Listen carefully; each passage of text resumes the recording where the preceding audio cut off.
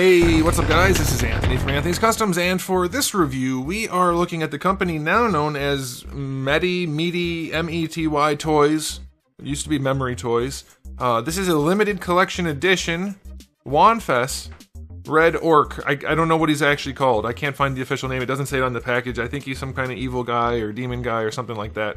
But it's a red orc. It's got a lot of the same parts as the other orc, but he's got some really cool other stuff going on. It's a really, really fun design, and I think you guys are going to like it, and I'm really, really glad they sent a review sample so I can show it to you. So let's go ahead and get him off the stand and take a closer look.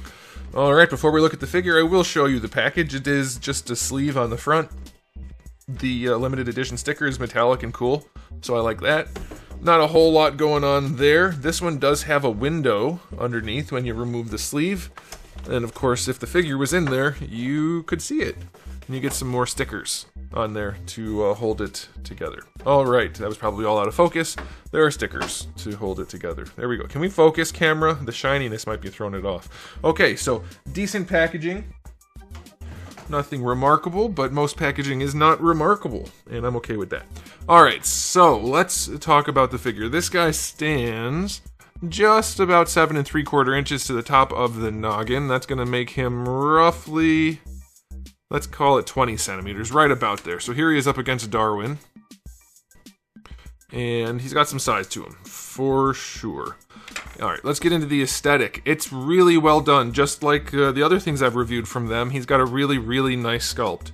Now, this was a review sample, so I'm only going to be saying good stuff. No, I'm joking, of course. I'm going to give an honest review like always. The very first thing I noticed, other than all the cool details, is that the wash that's on this guy, while I do appreciate having a wash to bring him to life, it is not consistent. So that's going to probably be random, I'm guessing, based on how washes work. And it's just, on mine, it's fairly noticeable that this part is lighter than this part. It's not the biggest deal in the world, but I have to point that out. The wash is not as consistent as I would like it to be. And then, of course, the texture on the skin is good. Everywhere, I like that. There's no texture on his face, though. Those things stood out to me as kind of annoying. They're not obviously huge deals at all, but it is something I noticed. So, that's a thing. But of course, everything else I noticed is really, really good. Like, the sculpt work is awesome. The paints are super clean around the face, especially. The teeth, the eyebrows. It's all wonderful. The paintwork is super clean also. For the torso, all the tattoos or whatever you want to call them, that's very good. The washes and detailing on all of the other parts, very, very nice. I love it's very well painted. Surprisingly clean. Everywhere. It's just those couple inconsistencies at the top are a bit of an annoying thing. I don't think you're probably going to worry about them too much when you actually have the figure in hand, but I have to mention it. He does have cloth pants. They're very well done.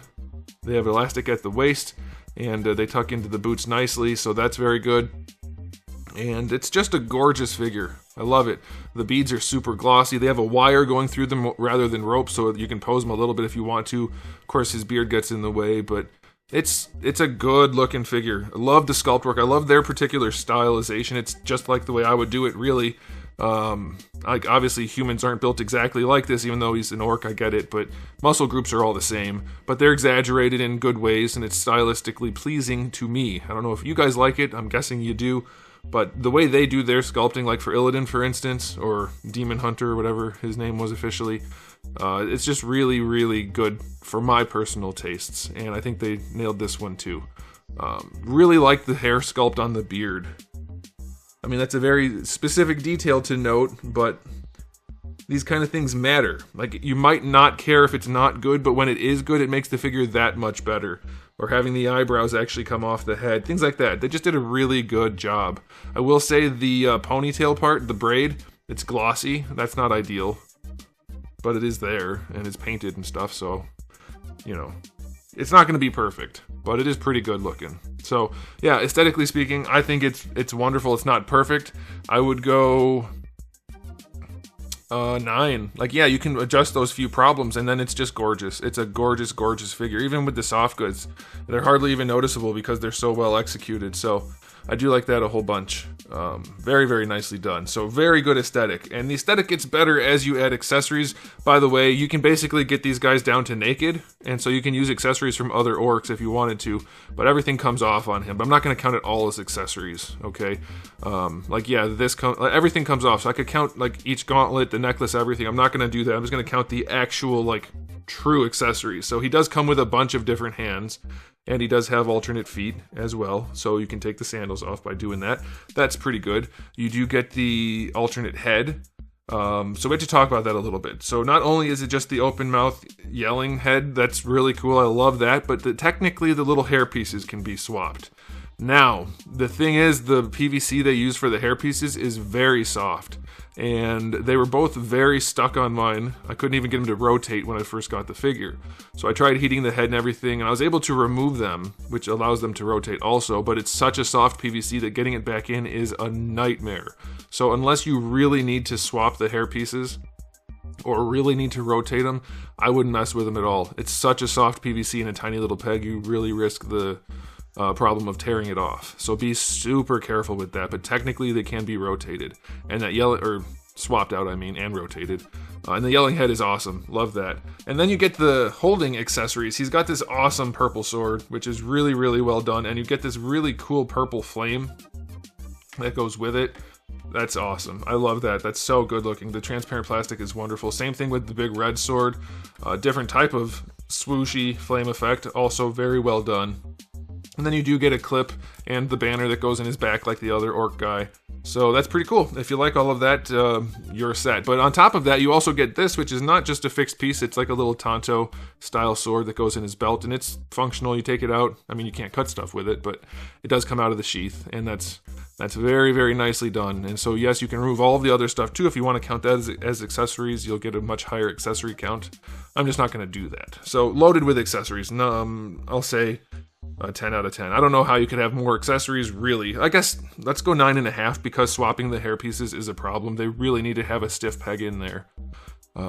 Yeah, that's a difficult thing. So what I would do, because I have to talk about things like this, it's my nature. The thing that's the issue is the hair piece right here is a very, very soft PVC, and so the tiny peg that comes off of it to go into the head is also very soft. For something like this, I would either use a harder PVC, which isn't ideal, or just put a hard peg in there. Glue it into the hair piece, or even don't bother gluing it in, so that you have a hard peg going into the head and into the hair. And then even if the hair pops off the peg, you can still grab the peg and pull it out. I think that'd be the easiest solution. A little bit more expensive in production, but having a hard peg on something so small is kind of important. Soft peg will tear. Okay, alright, so let's go ahead and talk about the articulation. Good spread of accessories. We do have double ball peg for the neck. Let me move the beads, because they are awesome. I love these kind of prayer beads on character designs like this. They're cool, and I like that they put them on a wire. It's a super thin wire, but they do bend, so that's pretty good. But they do get in the way also, so let's see. Leaning side to side, he doesn't have the best range. These are all soft, by the way, so you might tear them off, but you probably won't, and they won't break, so that's good. Alright, so leaning side to side is not the best. You do get your rotation. Going up and down, you do get good range, but of course the beard's going to look weird. So he's not going to probably move his head that much, I'm thinking, when you're posing him. Just enough. It's not the best range, but it'll do. For the shoulders, you have the ball peg that goes in with the floating cap piece. If you like butterflies, this is good. You're not going to get a ton of extra range from it. It's mostly for adjustment posing, so that's totally your call. But it's as it is, it's executed very well. Just don't expect it to be like a full-on butterfly joint. It's not really that, but it does work well, and their joints feel really nice. They're nice and stiff, but not a problem. Full range in that shoulder. Very, very nicely done. This guy feels great. Bicep swivel, no problems there. Double jointed elbow. Limited range due to the gauntlet, but you get 90, and if you take the gauntlet off, you'll get more, so that's good. And then for the wrists, it's a ball hinge, so plenty of range there. For the torso, they have really good diaphragm joint in there. Really good range. It's not as tight as I would like it, but it's not floppy or anything, so that's okay. Let's go ahead and remove this. I do wish they I wish that they didn't put this on here. I wish it was connected to the scabbard, or just a separate piece altogether that you can remove. It does look like you can, but are you meant to is the question. Should I pull on it? Hang on.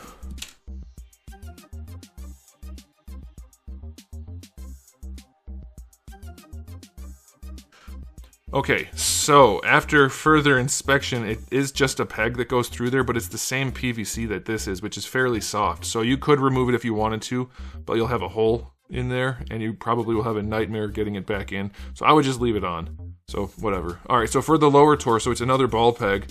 Let's see what kind of range it can get. Oh, it leans forward nicely. Not back as far, although pretty good. Side to side is okay, and waist twist. Yeah, it's somewhat limited, but between the two, like, he's gonna have plenty of range. He should move around just fine. That's pretty good. I like that. I've been getting asked lately, maybe it was the same person multiple times, about ball peg torsos and paint rub. It's like, if it's executed well, it's not a problem. It has nothing to do with the type of joint, whether there's paint rub or not. So that's weird. This is a floating piece, by the way, and the knot can't move. It's very well sculpted in there, so it's just going to hang. Same thing with these. They're all just soft PVC, but they're soft enough that it's fine.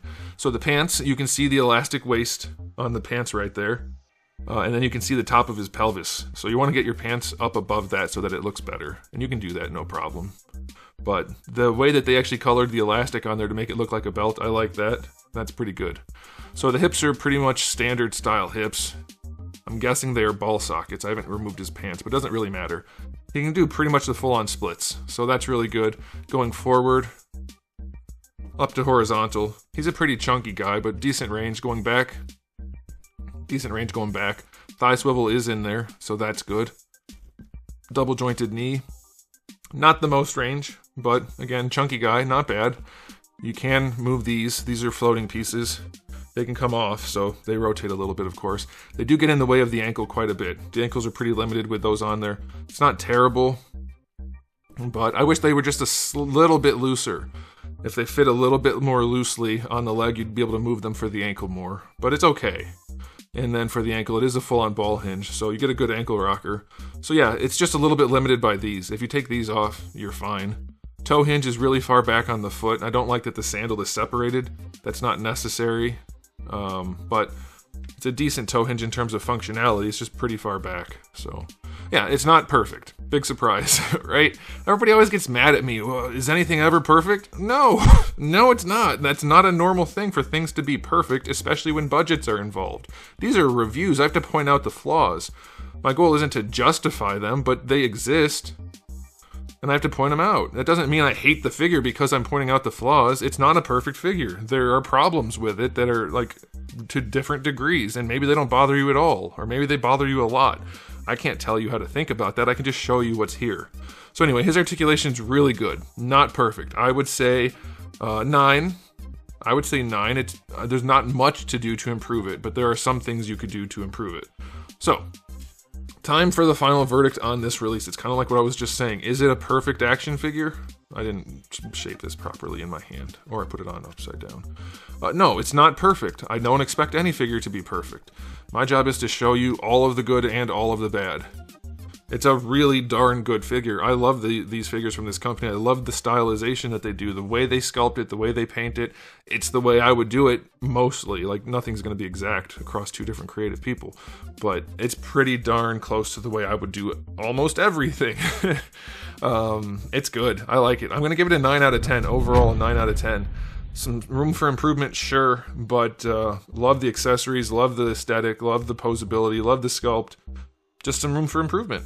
So there you go. Let me know what you guys think in the comment section below. Are you guys getting into these things, or are you not getting into these things, or is it only for WoW people or other people? What's your take on it? I'm not into WoW at all, but they do have some cool character designs, so I'm all for it. So that's it for me. Thanks for watching, guys. If you enjoyed the video, please do give it a thumbs up. If you didn't, give it a thumbs down. And if you haven't subscribed, you should. I have new videos just about every single day, and thousands already on the channel. So make sure you come back for all of that.